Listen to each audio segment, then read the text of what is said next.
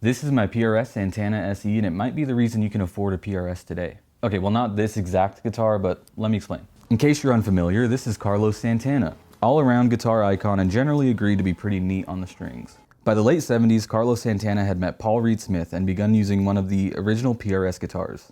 It wasn't until about 20 years later, however, that the two teamed up to design, build, and sell the PRS Santana model guitars. However, the process began. It culminated in the mid-90s with the guitar originally called the Paul Reed Smith Santana Signature Guitar. Eventually, in order to distinguish it from later models, it became known as the PRS Santana 1 model. The Santana Signature guitars were a success. However, Carlos wanted a guitar that was more affordable for fans and students who couldn't afford a $1,500 plus signature model. It took some convincing, but eventually the SE line, the Student Edition, was born. One thing to note, the Signature and SE lines do not share the same specifications. The Signature line features a 24.5-inch scale length, 24 frets, an ever so slightly shorter body, and the iconic PRS bird neck inlays. The SE line, on the other hand, features a 25-inch scale length, 22 frets, slightly elongated body, and my personal favorite feature, white pearloid / neck inlays. Honestly, the inlays were the thing that drew me to this guitar when I saw it in the first place. I think they're the coolest part. And that leads us to this guitar here. It is a Santana SE2 in silver, and it's the first year that they actually threw the pickguard on this.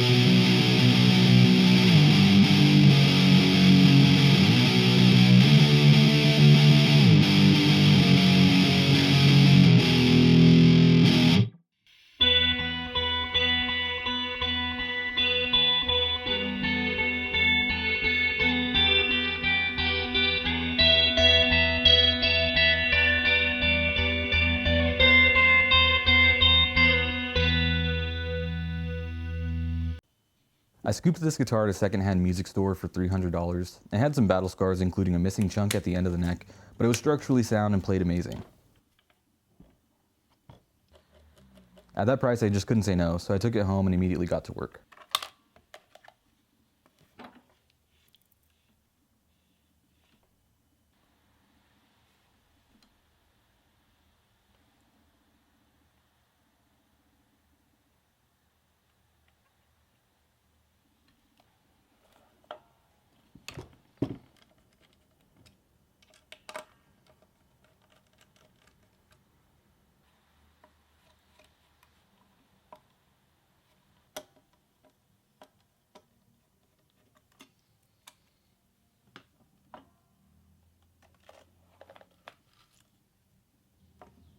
was not initially impressed with the original pickups in this guitar when I got it. They weren't anything to write home about, so I promptly swapped them for a set of FLEOR Amazon replacement pickups. While I don't believe they sound awful, I'm less pleased with them than the stock pickups, which is why we're swapping them out today.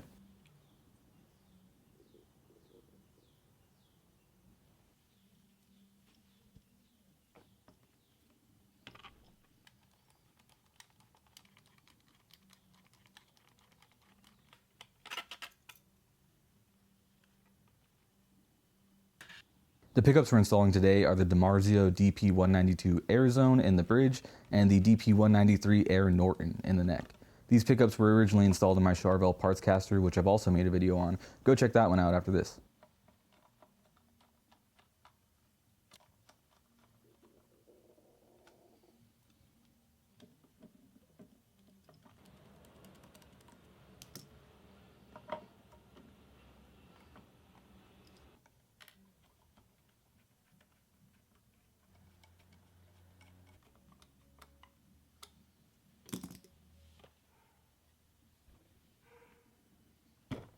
As I was going to install these, I realized the leads coming off the bridge pickup weren't going to be long enough to reach the switch, so I had to swap the switch and volume positions. This is honestly fine with me, since I personally am always hitting my hand on the volume while strumming.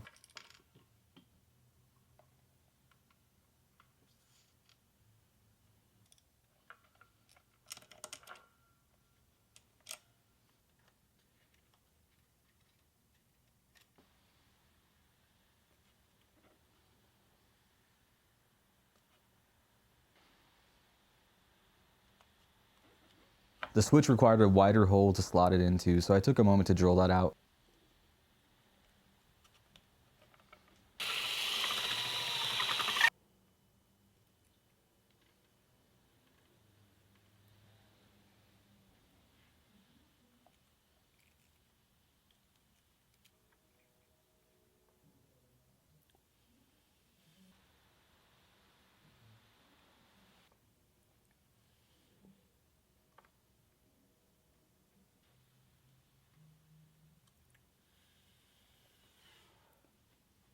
After getting everything wired up, let's clean this thing up, throw on some strings, and get to playing.